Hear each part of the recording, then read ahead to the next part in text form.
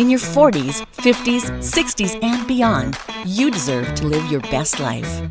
Say goodbye to preconceived notions and let's shatter those stereotypes together. Get ready to own your vitality, because age, well, that's just a number. Hey everybody, thanks for joining us today on Age is Just a Number. Hey, real quick, before we get going, take a minute and subscribe to the channel, like the video. That helps us out, and it also makes sure that you don't miss anything that we are putting out. There's more and more content coming out every week. And you know, Ruth, you know, when this channel started, it was about people as we get older, right? In our 40s and our 50s and 60s and beyond. Yeah. And being fit and healthy, and what's normal, I guess, or what people think is normal, is not necessarily normal. It's not necessarily right? normal, no. So that's what we've been and are about as a channel. We're going to do some fun stuff too. But we want to talk today about you're going back to the gym, or you've been back to the gym. Maybe you're in your 50s. Yep. You know, Ruth and I are both in our 50s. So and maybe now we're the same age. Happy birthday, yeah, BJ. Thank you. Welcome to 55. Yeah, we're back to this. We're the same age for a little while every year. So it's more than a little while, but that's okay. Yeah.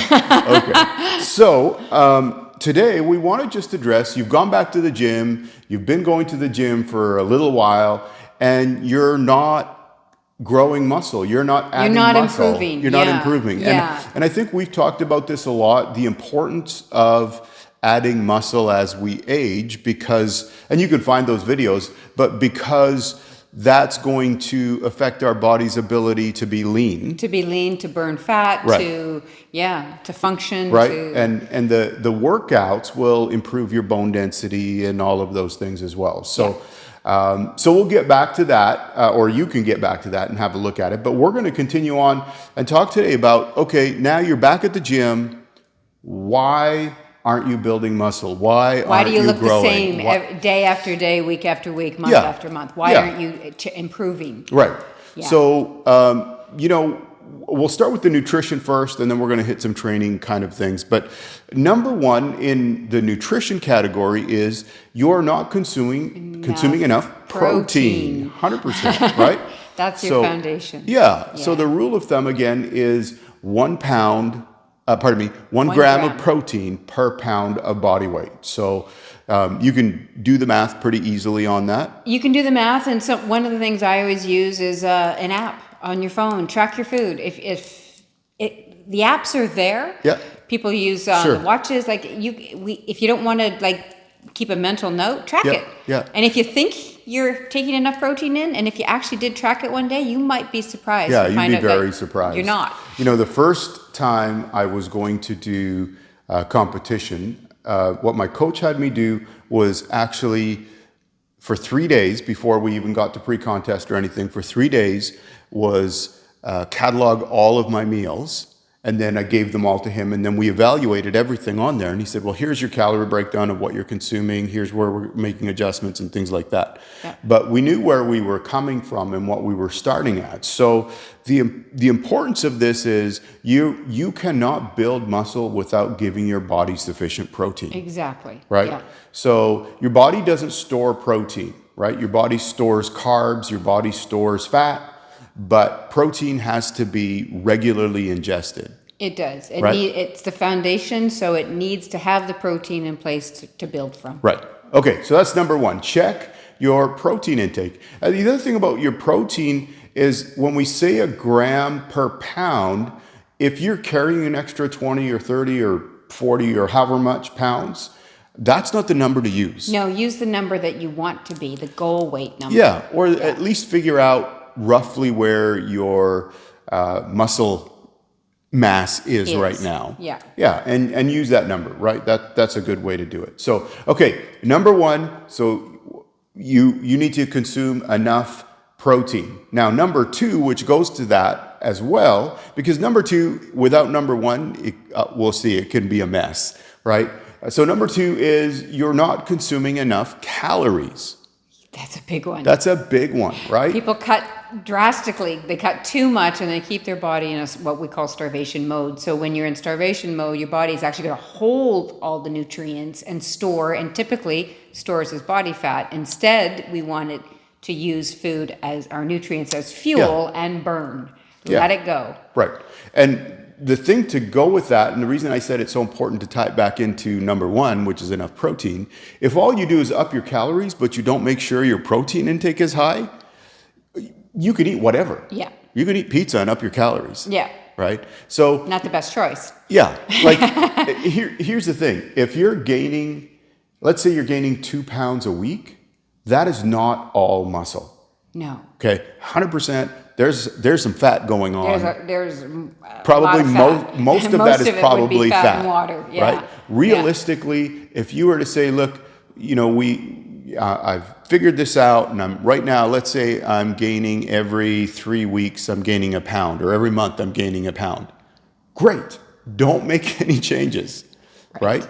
But if you say I'm consistently eating kind of the same thing, and I'm doing the work in the gym, and I'm not adding any muscle, then you can say, okay, I need to make an adjustment. An adjustment. Right? And typically it's more protein. Yeah, and certainly there's a place too where you figure out, you know, with your macros. And your macros just means your breakdown of proteins, carbs, and fats. So whatever that formula looks like for you, sticking within that. So if you increase protein, you're going to increase probably your carbs a little bit and your fat a little bit. So it all moves together. The other thing is make gradual adjustments and let your body respond and tell you what needs to happen. Yeah. Right?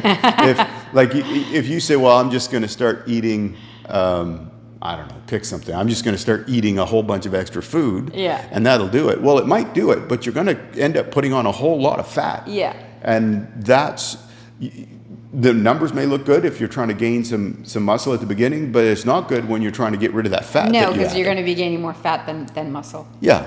So, okay, so that's number 1 and 2, which is nutrition based. Now let's go to the gym. Go to the gym. Okay. So, number 3, when you go to the gym, what's your form like? Okay, what's your technique like? So now we get to... So we can't pick up the weight with swing and momentum and just... Well, you can. You can, but it's not going to do anything. Yeah, make the muscles do the work. Right, 100%. Yeah. So we don't... we call it ego lifting when we take a weight that we can't handle and we're throwing it and using momentum to finish the motion. Yeah. Your muscles aren't doing, or the right muscles aren't doing the work anymore. No. Right? And I've seen, people at the gym where they're doing dumbbell laterals. So it's a side delt exercise. But you would think it's a calf exercise because they're jumping up almost, pushing with their feet to get the last... To get higher. Yeah, to get the more momentum to get it done. So there's no way around it. Correct form. And if you are not sure what is correct form, there's lots of... Maybe at your gym you can get a trainer to help you with that. But there's lots of tools on the internet now, like you mentioned, whether there's apps or different courses about how to train correct exercise form. Yeah. Right? So can't overstate that enough, because the other thing bad form will do is it will lead to injury. Yep. 100%. Good form keeps you safe. And remember, we're talking about in our 40s, our 50s, our 60s and beyond. It takes longer to recover from injuries now than... And easier, I think, to get injured. Yeah, potentially. Yeah, how about that? It's easier to get injured if you're not paying attention. Yeah. And it takes longer to recover from those injuries. I hate to say it, but I think the younger body is way more forgiving than the older body. Yeah. Right? Maybe the older body figures you should have figured this out by now. You should have figured it out, so I'm going to teach you a lesson. But yeah, so that's a big one, because I can tell you... The things you did in your 20s, you don't do anymore. That's exactly what I was thinking. It is just ridiculous, some of the stuff I did, and that I survived is part of it, right? Yeah. I remember I've worked out with concussions. I've worked out with... I just dislocated a body part and managed to pop it back in and worked out anyway. It just goes on and on and on. Worked out where I trashed my lower back so bad that I actually had to take a week off. That was a big deal back in the day. So if I were to train like that now, I wouldn't be going to the gym probably for, I don't know, 6-8 weeks. Exactly. Yeah. The older body needs to be respected. Yeah. So make sure you know the correct form. I had somebody training with me for the last month, and what I would reiterate to him again and again is make sure you know what muscle is supposed to be worked here when you do this exercise, so you can feel it in the right muscles and not in other ones, right? So for example, we were talking about reverse cable flies, and I said this is not a tricep exercise, so we want to make sure that the bend in the elbow or wherever the elbow is stationary. There's going to be a little bit of play, but the point is you need to understand what muscle are you working. And the proper term for that in the gym is muscle-mind connection. Is the muscle, are you connecting and feeling the right muscle active? Yeah. Okay, so number 4, now we're still in the gym, is we are not building muscle, our muscles are not growing because of training intensity or lack thereof. You're not training hard enough. Right. Not fatiguing the muscle fibers. Yeah. You're just going through the motions and making it look good. Yeah. So we did a whole episode on training to failure versus reps in reserve. So I'm going to put that link in the description and you can go back and look at that video. But to put it in a nutshell, reps in reserve means I have 3 reps left before I absolutely fail at this exercise and cannot, so that means I cannot do another rep in good form. Right. Okay, that's failure, when I can no longer do a rep in good form. And you can get assistance to get that rep out or whatever the case might be. But backing off from that, let's say there's 2 to 3 reps in reserve that you have, then research shows that that is just as effective as training to failure. However, if you never get there... you got to get there. You have to get there. Because a lot of people choose a much lighter weight than they should be. Right. And so, they'll count out their reps, whether it's, 6, 8, 10, 12, 15, 18. They'll count them out and then they'll put the weights down, but they could have done it should 5 more. Yeah, so the point of reps in reserve is you should be just about at the end. Yeah. Right? So if I'm doing, let's pick something, if I'm doing calf raises. Yeah. Okay. So if I get to the point where I'm squeezing out the last 2 or 3 and I know I can probably get 1 or 2 more and I stop there, that's a couple of reps in reserve. If I get on to do calf raises and I'm just like do and I just rip off 15 and I'm all good. And you're all good. Then that didn't require, that's not going to do it, right? Yeah. So we need to dig a little bit deep. It's not comfortable. Right? Right. But you're going to have to get there, right? So if you're doing, just like if you're doing bench and obviously you want to have a spotter if you're getting into that near the end range, but if you're doing bench and you just can rip off the reps just like that, you didn't get anywhere near that end. If you're doing bench and you've gone from, usually you can tell you're getting near the end because everything slows down. Right. Right? But if you're getting there and then you're squeezing out the last kind of 2 or 3, now you're getting close to the end of your strength. So 2 or 3 reps in reserve, that's probably safer than just going right to failure, especially as you're going back to the gym. These are things that you're introducing into your workout. You need to be, and this is why control is so important. When we talk about form and control, we talk about with this, intensity is also the weight selection, so that you're picking a weight that you can handle in good form with intensity, and so that you're not throwing it around, so that you're not, throwing. It's weightlifting, not weight throwing. Not weight throwing. Right. Okay. All right. I think, what are we on? 5? Yep. Number 5, volume. Okay. So there's 2 parts to volume. There's frequency, as in number of times a week that you go to the gym, but there's also volume of the number of sets per body part. Yeah. Okay. So rule of thumb, you should be looking to do somewhere between 5 and 8 sets per body part per workout for that body part.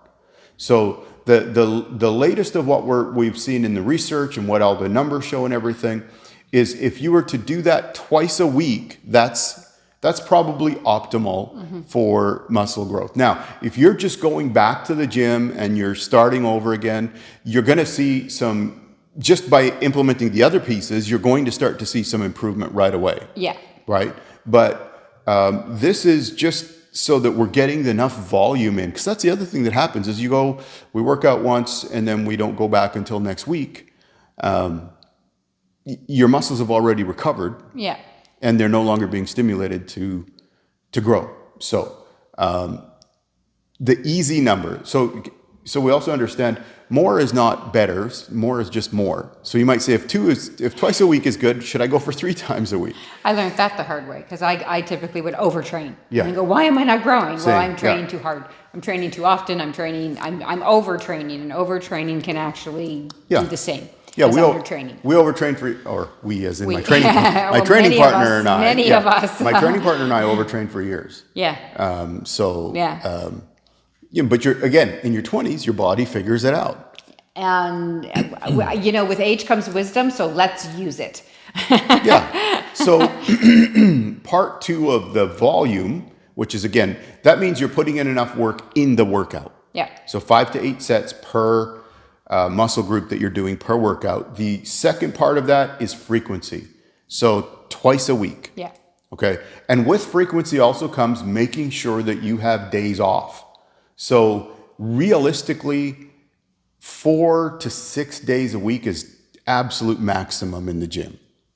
Rest day is just as important as gym days. Yep. Gotta have it. Yeah. So you need to have that rest time as well. So you need to make sure the frequency is right. How's that? Yep. And the last one, and that we're going to talk about today, and this one's huge, is consistency.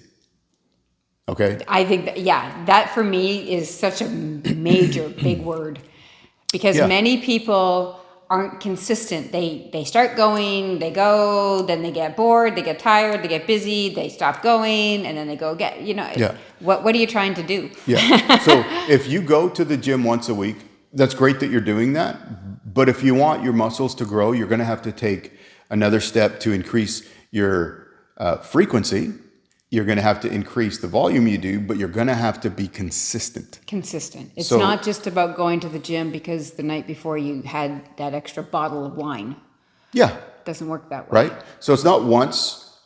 It's not even a week or two. Consistency means you're making this a lifestyle. And we talk about this a lot on the channel, that this is a health and fitness lifestyle that we're talking about so that we can live our best life and be productive. And I often say, for me personally, it's so that I can age gracefully. And what that means to me is, maintaining my physical health so that, not needing, I do supplements in the way of vitamins, but not in the way of blood pressure meds and things like that. So that's it for me. I use fitness to age gracefully. Yeah. 100%. And that's what we're all about. So thank you for watching. If you haven't, please take a sec and subscribe to the channel and like the video. Like I said, we're putting out regular content. We're going to be putting out more and more stuff, and you want to make sure you don't miss anything. And that's a wrap. Wow. All right. See you next time. Bye.